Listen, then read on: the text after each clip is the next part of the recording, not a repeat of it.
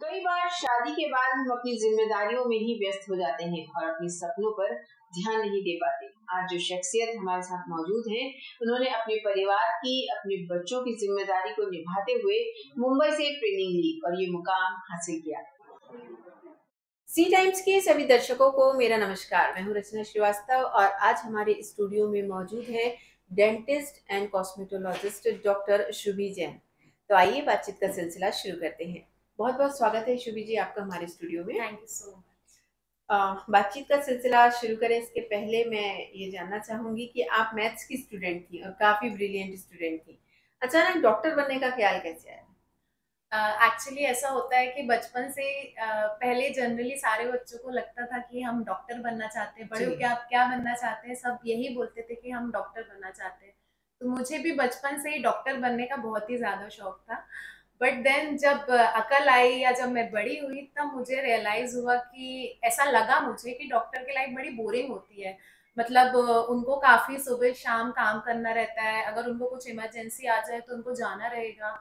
तो बहुत सारे मिथ्स और बहुत सारी चीजें उस टाइम दिमाग में आई, तो 11th में मैंने सब्जेक्ट ले लिया math science. Then after math science मुझे रियलाइज हुआ कि मैथ्स में तो मैथ्स है ही नहीं, हम तो sine trigonometry and x y की ही वैल्यू ढूंढते रहते थे।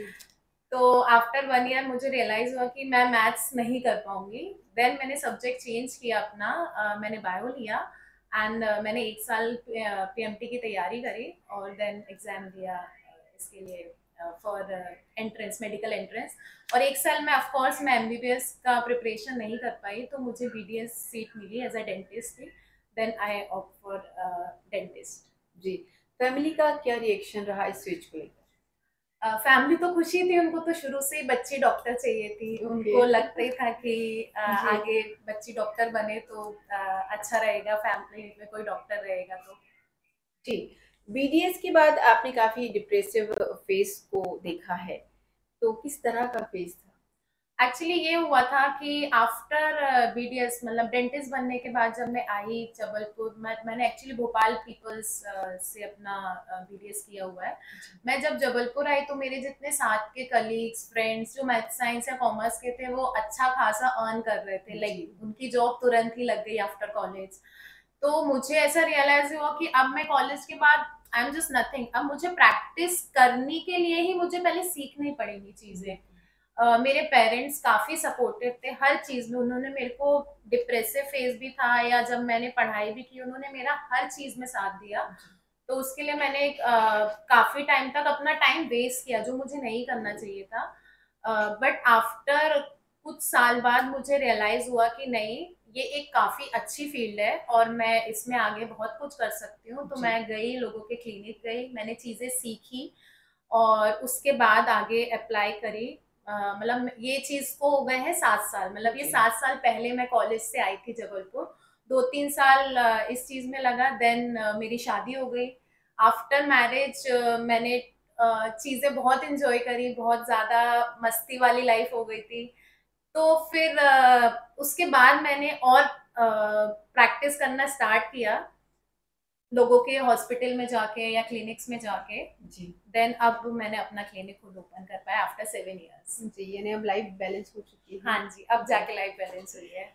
दांतों की आम समस्याएं क्या है और इसका ट्रीटमेंट क्या है और प्रिकॉशंस क्या लेनी चाहिए?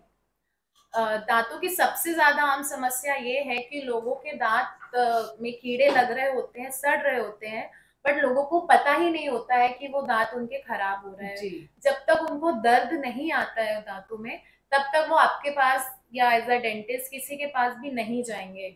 अगर आप शुरू के स्टेज में जब आपके दांत काले हो रहे हैं या हल्का सा आपका खाना भरना शुरू हो रहा है, तभी जाके आप फिलिंग करा लोगे उन दांतों को, तो आपका आगे का खर्चा भी बचेगा, आपका टाइम भी बचेगा और आपका बहुत दर्द भी बचेगा।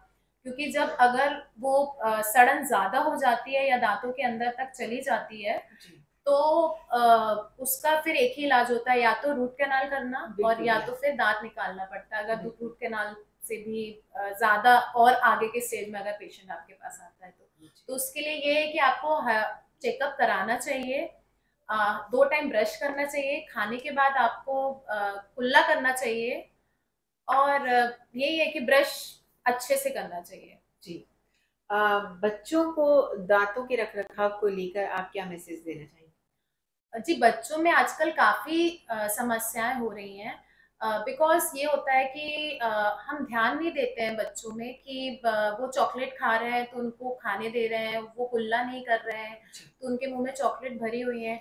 आजकल टेढ़े-मेढ़े दाँत काफ़ी ज़्यादा बच्चों के रहते हैं। जी। उनका उसका रीज़न भी ये होता है कि कई बार बच्चे चुगत, जो थंब सकिंग कहते हैं हम उसको, वो अगर 3 से 4 साल से ज़्यादा तक करते हैं तो बच्चों के दाँत टेढ़े-मेढ़े आते हैं परमानेंट। जी। अगर बच्चों के कुछ नेचुरल भी होता है, कभी-कभी बच्चों का कुछ एक्स्ट्रा टीथ रहते हैं, दाँत कुछ मिसिंग दाँत रहते हैं, उसके कारण से भी टेढ़े-मेढ़े जी। दाँत होते हैं बच्चों के। तो ये है कि बच्चों के लिए यही मैं कहूँगी कि वो ब्रश प्रॉपरली करें, 2 टाइम करें। ये बच्चों को नहीं, उनके माँ-बाप को ध्यान रखना पड़ेगा बिल्कुल। कि बच्चों को ब्रश कराएँ और उनकी हैबिट सुधारें। बिल्कुल। आप डेंटिस्ट हैं, साथ में आप कॉस्मेटोलॉजिस्ट भी हैं। तो सबसे पहले तो हमें ये बताइए कि कॉस्मेटोलॉजिस्ट होता क्या है?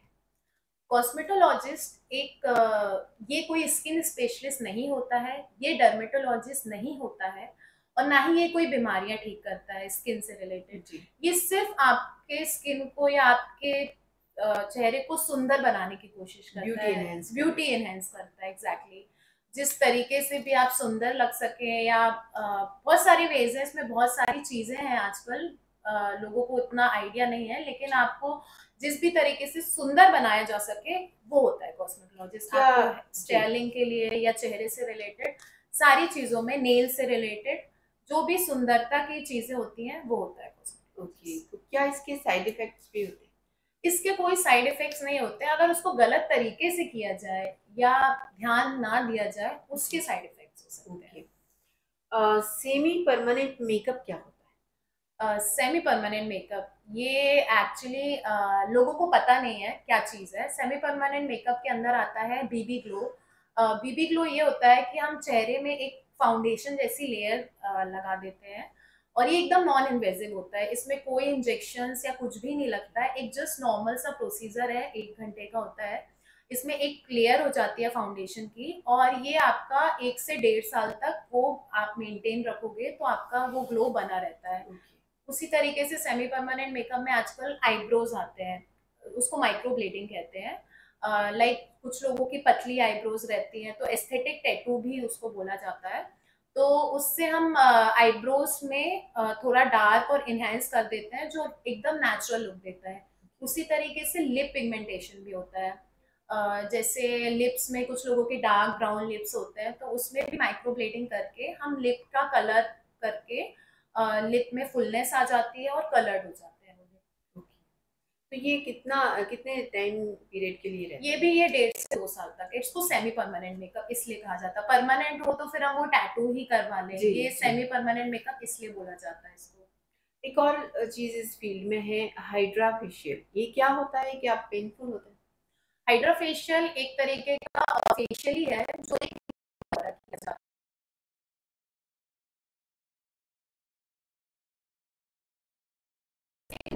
इससे हमारे मशीन से कुछ सीरम्स जो फेस के यूजफुल है वो इन्फ्यूज करते हैं फेस में, एंड अलग अलग सीरम्स अलग अलग क्रीम्स आते हैं। उसी फेशियल भी होता है, हाइड्रा एंड ऑक्सीजन फेशियल। मैं ऑक्सीजन मेरे एक्सपीरियंस से बता रही हूँ कि ये भी एक नया ट्रीटमेंट है और एक नई मशीन है, मतलब हाइड्रा से अलग मशीन है, जो वो भी वही अलग का, मतलब हाइड्रेटिंग थिंग्स, मतलब हम पानी से, उसका सीरम से या लिक्विड चीज से करते हैं। ऑक्सीजनियो में हम ऑक्सीजन इन्फ्यूज करते हैं फेस में। ये भी एक मशीन का ही ट्रीटमेंट है जिसका बहुत अच्छा रिजल्ट है और इसमें कोई पेनफुल नहीं है। ये जस्ट ऊपर की जो डेड लेयर है वो आपकी निकालता है स्किन की, और एक ग्लो लेकर आता है आपकी स्किन की। ये जो ट्रीटमेंट्स आप बता रही हैं, ये कितनी कॉस्टली? ये अभी मेरे क्लिनिक में तो काफी कम में स्टार्ट हुए हैं, बट ये है कि आप 1500 से लेके जो फिर चीजें जैसे बीबी ग्लो के ये जो सीरम्स आते हैं या जो फाउंडेशंस आते हैं वो काफी महंगे आते हैं, तो वो थोड़ा एक्सपेंसिव ट्रीटमेंट होता है। बाकी हाइड्रा फेशियल, ऑक्सीजनो फेशियल, ये आप 1500 से 2000 के बीच में करवा सकते हैं। जबलपुर में लोग इसे लेकर इतने अवेयर नहीं हैं, तो आपने कैसे लोगों को कन्विंस किया? जबलपुर में एक्चुअली लोगों को नॉलेज नहीं है इन सब चीजों का। लोगों को लगता है हाइड्रा फेशियल मतलब कुछ उनके स्किन में कुछ हो जाएगा। एक टाइप हाँ है। एग्जैक्टली, या तो वो डर रहे हैं या तो उनको कुछ पता ही नहीं है उसके बारे में। तो इसके लिए अवेयर करने के लिए ही मैंने एक मेरे पेज में मैंने रील्स बनाना स्टार्ट किया है, जिसमें लोगों को अवेयरनेस हो कि लोगों को पता चले। क्या है, लोगों को आजकल लंबा चौड़ा कुछ पढ़ा जाता नहीं है, उनको लगता है कि कुछ शॉर्ट में इंफॉर्मेशन मिल जाए तो अच्छा रहेगा। तो मैं मेरे पेज में, इंस्टा के पेज में लोगों को इन्फॉर्मेशन देती हूँ शॉर्ट में। डेंटल से रिलेटेड भी उनको चीजें बताती हूँ और इससे रिलेटेड भी चीजें बताती हूँ उनको, कि जिसमें उनको पता चले कि क्या करना चाहिए क्या नहीं करना चाहिए। काफी इनोवेटिव सा आइडिया है आपका। तो ये कैसे दिमाग में आया कि रील्स बना के हम लोगों को अवेयर करें? ऐसा है कि आजकल की जो जनरेशन है वो ज्यादातर रील्स ही देख रही थी। लोग गूगल ने तो इजी कर दी थी हमारी लाइफ, बट लोग ज्यादा पढ़ना पसंद नहीं करते हैं। तो मैं उससे ही स्टडी करके कुछ जो शॉर्ट में मुझे चीजें मिलती है जिससे लोगों को इन्फॉर्मेशन, क्योंकि मैं ही जब जानना चाहती थी इन सब चीजों के बारे में तो मुझे भी काफी कठिनाई गई कि मैं कैसे ये सब कुछ मतलब चीजें पढ़नी पड़ती है, ढूंढनी पड़ती है, तो लोगों को परेशानी ना जाए जो मुझे गई थी।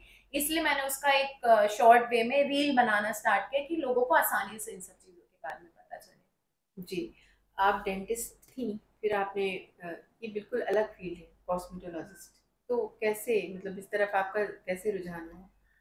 एक्चुअली आफ्टर मैरिज, मतलब शादी के बाद मैं प्रैक्टिस ही नहीं कर रही थी डेंटिस्ट, एज यूजुअल मेरा थोड़ा वैसा फेस था। तो बट मेरी लाइफ बहुत हैपनिंग थी। मेरे हस्बैंड जो कि बहुत ज़्यादा सपोर्टिव है मुझे हर चीज़ को लेके, बट वो एक क्रिटिक्स भी है मेरी लाइफ में, जो कि मुझे बोलते भी रहते थे कि तुम कुछ करो लाइफ में।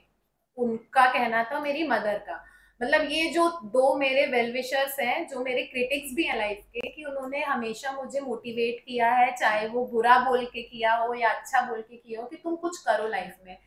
तो मैं आफ्टर मेरा डिलीवरी, मतलब मैं मेरा बेबी भी हुआ जो कि उस टाइम 6 महीने का था, तो मुझे उस टाइम रियलाइज हुआ कि मैं कुछ करना चाहती थी लाइफ में, बट मैं इसी चीज में फंस गई। मतलब मेरी लाइफ बहुत हैपनिंग थी, ऐसा कोई नहीं था कि मेरे को परेशानी आ रही थी कि मुझे ये करना है।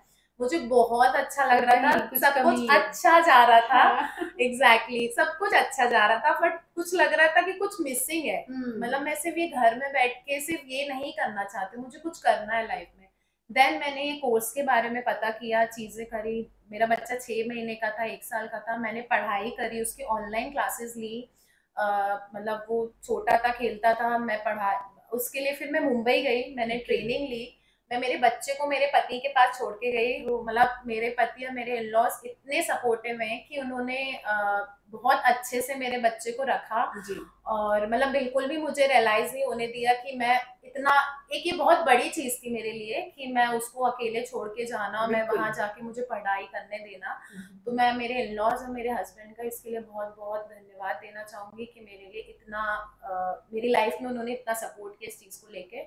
तो फिर मैंने इस चीज़ का पढ़ाई किया, फिर ऑफ कोर्स उन्होंने मेरे लिए क्लिनिक ओपन करके दिया, तो मैं उसके लिए बहुत ज़्यादा थैंकफुल हूँ भगवान से भी और मेरे इन-लॉज एंड मेरे पेरेंट्स ऑफ कोर्स। बिल्कुल। कितना टाइम पीरियड मैंने इस कोर्स को करने के लिए कितना टाइम आपने? ये मैंने 1.5 साल का टाइम मुझे लगा। तो इसके लिए क्या रिक्वायरमेंट्स हैं, क्वालिफिकेशन क्या होनी चाहिए या कुछ?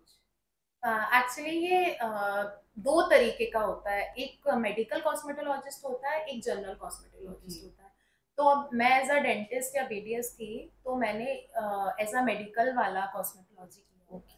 जी जी। आजकल हेयर कलरिंग का काफ़ी फैशन है और इससे बाल भी काफ़ी डैमेज होते हैं। तो क्या ऐसी कोई टेक्निक है, क्या न्यू टेक्निक्स हैं जिससे हम बालों को हेल्दी दिखा सकते हैं?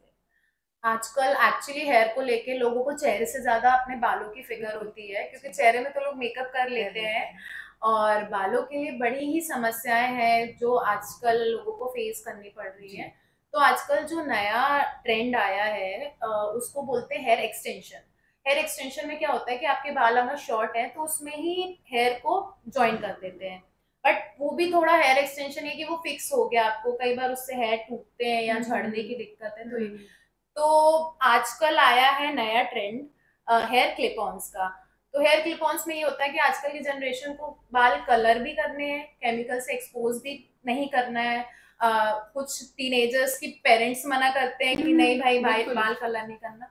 तो लाइक दिस, जैसे मैंने अपने बालों में लगाया हुआ है कि आप एकदम नेचुरल हेयर होता है ये, आप बिल्कुल अपने बालों में इसको लगा सकते हो, आप कभी भी निकाल सकते हो, बिल्कुल ये नेचुरल हेयर जैसा दिखता है। और आपको आपके बाल एकदम आपको लगेंगे कि कलर्ड है और आपको केमिकल भी एक्सपोज नहीं होगा। Just like a makeup, just like a makeup आपने लगा लिया एंड आपने रिमूव कर लिया, और एकदम नेचुरल है। नहीं तो कुछ बीच में आते हैं जो सिंथेटिक होते हैं, बट सिंथेटिक आपको समझ में आ जाएंगे कि वो रियल नहीं है। तो आजकल ये आ रहा है कि आप नेचुरल है, तो ये भी मैं मेरे क्लिनिक में स्टार्ट की हूँ कि लोगों को इस चीज की भी दिक्कत है। मतलब ये तो ब्लॉन्ड हेयर्स है, लोगों के नेचुरल हेयर्स में भी कुछ कम होते हैं इधर से हेयर, तो वो भी आप as a extension patches, man के पैचेस और फीमेल के पैचेस ऐसे लगा सकते हैं। इस फील्ड में आपको क्या क्या परेशानियों का सामना करना एक्चुअली पहले स्ट्रगल तो मैंने बताया दिया, मैं बच्चा छोटा था, उसके बाद मैंने ये सब पढ़ाई करी एंड देन जबलपुर में थोड़ी चीजें मुझे चीजें कुछ तरीके से फेस करना पड़ा, बट देन सारे एज यूजुअल हमारा संस्कार धानी जबलपुर है, सब साथ में मिलके रहते हैं, तो सबने साथ में मिलके सपोर्ट किया एंड आज मैं अपना क्लिनिक अच्छे से कर पा रही हूँ, चला पा रही हूँ। बिल्कुल, आप डेंटिस्ट हैं, कॉस्मेटोलॉजिस्ट हैं, फिर फैमिली भी देखती हैं, कैसे मैनेज होता है इसे? ये एक्चुअली लाइफ में सब कुछ करना चाहिए। ऐसा नहीं है कि एज अ आप डॉक्टर हो या कोई प्रोफेशनल हो तो आपको घर की चीजें नहीं करनी चाहिए। अगर आप घर की चीजें नहीं करोगे तो एक खुद से ही आपको गिल्ट होगा। तो आप बिल्कुल आप खाना भी बना सकते हो, आप बच्चे को भी टाइम दे सकते हो, आप फैमिली को भी टाइम दे सकते हो, आपको सोशल होना भी उतना जरूरी है। ऐसा नहीं है कि आप सिर्फ काम काम काम कर रहे हो तो आपकी लाइफ बोरिंग हो जाएगी। इसलिए मैं जो मैं डरती थी कि एज अ डॉक्टर होना, बट मैंने अपनी लाइफ में बहुत बैलेंस रखा हुआ है। मैं हर चीज को बैलेंस करना चाहती हूँ, मैं सब कुछ करना चाहती हूँ लाइफ में, कि मैं एज अ डेंटिस्ट या मैं अपना क्लिनिक भी चलाना चाहती हूँ, मैं एज अ हाउस वाइफ भी अपने बच्चे को खाना खिलाती हूँ, मैं अपने पति को खाना खिलाती हूँ, और एज अ लाइफ मतलब एज अ फ्रेंड भी मैं सोशली उतनी ही एक्टिव हूँ, लोगों के साथ पार्टी करती हूँ, सब कुछ करती हूँ। पूरी लाइफ एंजॉय करना चाहती हूँ मैं। चलते चलते एक आखिरी सवाल कि शुभी जी अपने फ्री टाइम को कैसे एंजॉय करते हैं? अच्छा, अब तो फ्री टाइम बचता नहीं है, बट यस मैंने सब कुछ किया है। मतलब मेरी मम्मी ने मुझे बचपन से सब कुछ सिखाया है। मैं डांस भी करती हूँ, मैं स्विमिंग भी करती हूँ, मैं गाना भी गाती हूँ, मतलब मैंने क्लासिकल संगीत भी सीखा हुआ है, मैं स्केचिंग भी करती हूँ, मतलब लाइक मैं लोगों के फेसेस, लाइव फेसेस जो रहते हैं वो भी बनाती हूँ। मुझे painting and glass painting, clay work, सबका बहुत शौक है, मतलब मैं सब कुछ ही करती हूँ। यानी कि doctor Shubhi Jain multi talented. चलिए, बहुत बहुत शुक्रिया आपका हमारे स्टूडियो में आने के लिए और हमसे इतनी खुलकर बातचीत करने के लिए। बहुत बहुत धन्यवाद। Thank you so much. तो हम बात कर रहे थे डॉक्टर शुभी जैन से, जिन्होंने विभिन्न पहलुओं पर काफी विस्तृत रूप से हमसे चर्चा की है, और उम्मीद करते हैं आप भी काफी इंस्पायर हुए होंगे। तो इसी तरह और भी चेहरे लेकर हम आते रहेंगे। देखते रहिए सी टाइम्स।